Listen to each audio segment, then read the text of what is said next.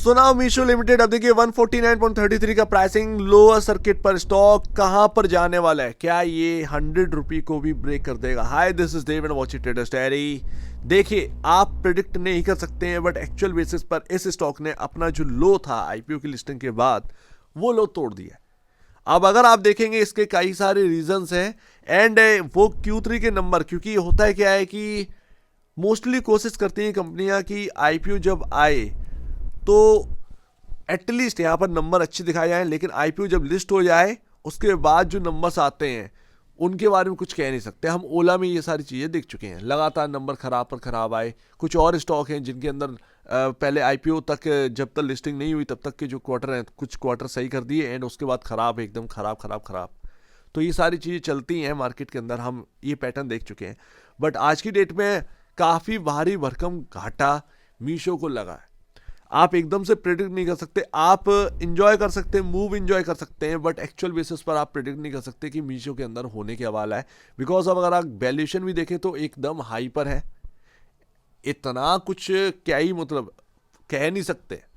एक टाइम था जोमेटो के अंदर भी ऐसी गिरावट देखने में, वो 40 रुपए लगा था, फिर वहां से घूम गया था। मैं मीशो पर पॉजिटिव हूं, लेकिन अभी अगर आप देखें आपको कि 250 260 रुपए, मैं ऑलरेडी ये कहानी आपको बता चुका था कि ये स्टॉक को जब यहां पर ब्रेकआउट मिला था, मैं उसके एक दिन पहले बात किया, ये ट्रेंड लाइन अगर टूटी ना तो ये चलेगा, कितना चलेगा ये नहीं पता, जाहिर सी बात है।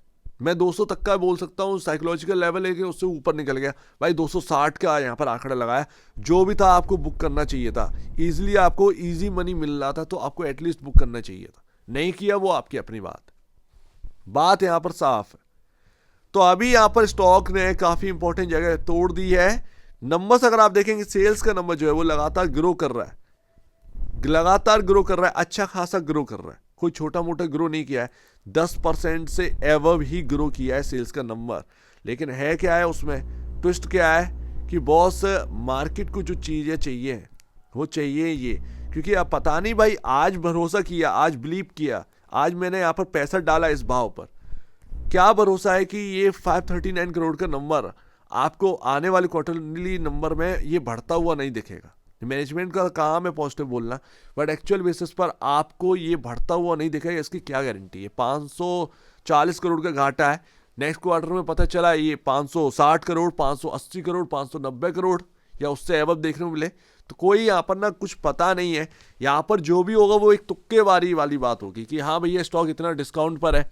जब तक आईपीओ प्राइस से नीचे ना आया, कहीं ना कहीं इन्वेस्टर जो है वो एक तरीके से इसके बारे में अच्छा सोचना शुरू नहीं करेगा, ये बात भी है। बाकी अगर आप देखेंगे मार्केट को मतलब इस चीज से ही है भैया, मार्केट को इसी चीज से मतलब है। एंड ये शायद मैंने एक गलत यहाँ पर ना इसको थोड़ा सा देख लिया है स्क्रीनशॉट, आई थिंक यहाँ पर ना थोड़ी सी मिस्टेक है।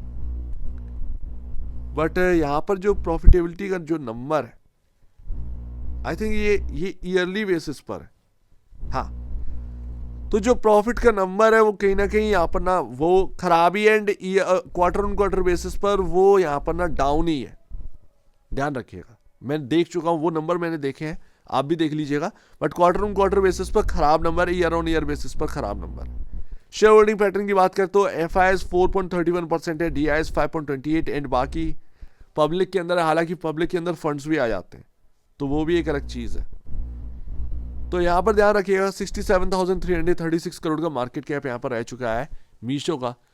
मैं आपको एक राइट वैल्यू बताऊं, अगर आपको एक रिस्क लेना है इस स्टॉक के अंदर, क्योंकि ये कोई साधारण कंपनी नहीं है, सबको मीशो का कहीं ना कहीं एक बिजनेस है, बिजनेस मॉडल जो है वो पसंद है, लेकिन एक राइट रिस्क जो कि लॉन्गर टर्म के लिए होगा वो कौन सा होने वाला है, कौन सा रहेगा?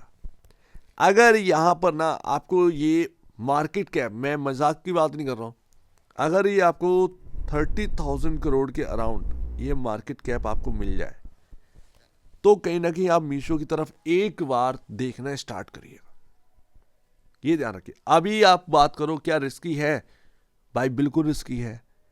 आईपीओ एक राइट वैल्यू पर लाया गया था, कोई डिस्काउंट नहीं, इवन आईपीओ खुद ही महंगा था, प्लस उसके साथ आपका प्रीमियम जुड़ा हुआ है, तो जाहिर सी बात है आज की डेट में मेरे को महंगा ही मिल रहा है, समझ रहे हो ना, मुझे महंगा मिल रहा है।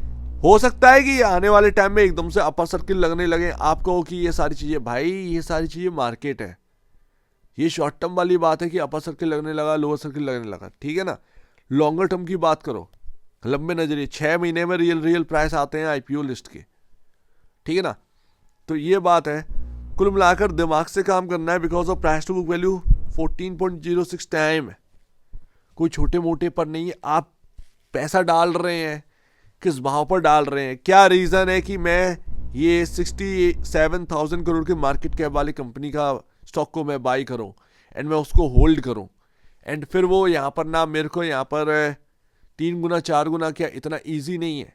फ्लिपकार्ट की मैं वैल्यूएशन बताता हूँ, फ्लिपकार्ट की वैल्यूएशन 2.5 लाख करोड़ के आसपास का है।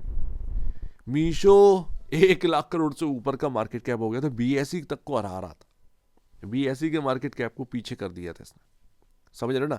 लेकिन मार्केट में क्या इंपॉर्टेंट होता है, प्रॉफिट होता है, एंड जो नए लिस्ट होते हैं आईपीओज उनमें तो खेल चलता ही है भाई, इतना तो आप समझ ही गए होंगे, टाइम हो गया है। सो लेट्स सी, देखते हैं यहाँ पर क्या रहता है। बट हमारे सामने ये प्राइस टूटा 160, 153,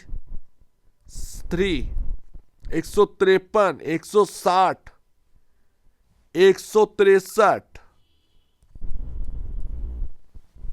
ये आपके सपोर्ट नहीं है, ये आपके रेजिस्टेंस। आप 149.33 पर है, 153 आपका पहला रेजिस्टेंस है, उसके बाद 160 और 163, 3 रुपए की रेंज, ये काफी इंपॉर्टेंट होगी, आपके स्टॉक टिक पाएगा या नहीं टिक पाएगा, ध्यान रखिएगा इस बात को। सो उम्मीद है कि आपको समझ में आया होगा। कहानी किस तरीके से होगी ये पता नहीं है मीशो की, बट एक्चुअल बेसिस पर रिस्क अगर लेना है तो अगर ये स्टॉक 80 रुपए के आसपास देखने को मिले एक्चुअल बेसिस पर, मैं बहुत रिस्क फ्री, मतलब बस पोर्टफोलियो में रख लिए, यहां रखे हुए हैं, आप ज्यादा टेंशन नहीं है, ऐसी वाली बात 80-85 के आसपास देखे, तब आप एक है बहुत बहुत बहुत बढ़िया राइट बाई के लिए कहीं ना कहीं आगे बढ़ सकते हैं। लेकिन एक्चुअल बेसिस पर अगर वहां से भी क्वार्टरली नंबर सही नहीं आ रहे हैं तो जरूरी ये नहीं कि वो 80 वाला 60 नहीं हो सकता, वो 80 वाला 50 नहीं हो सकता, 40 नहीं हो सकता, होने को वो 30 को भी हो सकता है, ठीक है ना। तो ये ध्यान रखिएगा, होने को कुछ भी हो सकता है, बट वो क्वार्टरली नंबर्स पर फिर डिपेंड करता है। लेकिन एक्चुअल बेसिस पर जब ये आईपीओ आया था, लमसम इस कंपनी का मार्केट के 50,000 करोड़ के आसपास का था, ठीक है ना, 50,000 करोड़ के आसपास का था, तो वहां से हल्का सा अगर आप डिस्काउंट लेके चलोगे तो मोटा मोटा 30-35,000 करोड़ के मार्केट कैप पर जब मिले तो एक बाई करना सही लगता है, वही ज्यादा बेहतर होगा, क्योंकि ऑलरेडी आईपीओ आया था महंगी वैल्यूएशन पर, एंड ये कठोर बात लग रही होगी लेकिन ये एक सही बात है। मिलेगा या नहीं मिलेगा पता नहीं है, क्या हम इस भाव पर पैसा नहीं डाल सकते, डाल सकते हैं, लेकिन एवरेज करने की भी तड़ है, तो ये ध्यान रखिएगा।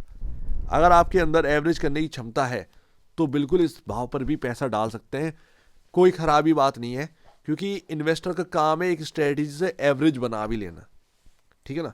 तो ये ध्यान रखिएगा। सो उम्मीद है काफी कुछ आपको समझ में आया होगा, बुरा मत मानिएगा, लेकिन मैं एक रिस्क फ्री प्राइस बता रहा हूं, उसको आप अदरवाइज मत लीजिएगा, मैं एक रिस्क फ्री प्राइस बता रहा हूं, ऐसा नहीं है कि 149 वाली की बात मैं 80 कर रहा हूँ, मिल जाए तो ठीक है, नहीं मिल जाए तो फिर सीधी सी बात है, बट एक रिस्क फ्री कहीं ना कहीं उधर की तरफ ही हो सकता है। सो उम्मीद है काफी कुछ आपको समझ में आया होगा। एक बार निवेश से पहले या बेचने से पहले अपने ब्रोकर एडवाइस से जरूर सलाह लीजिएगा, खुद की स्टडी करेगा, उससे बेहतर कुछ भी नहीं है, खुद की स्टडी मस्ट है। तो अब दीजिए वीडियो देखिए, बहुत धन्यवाद।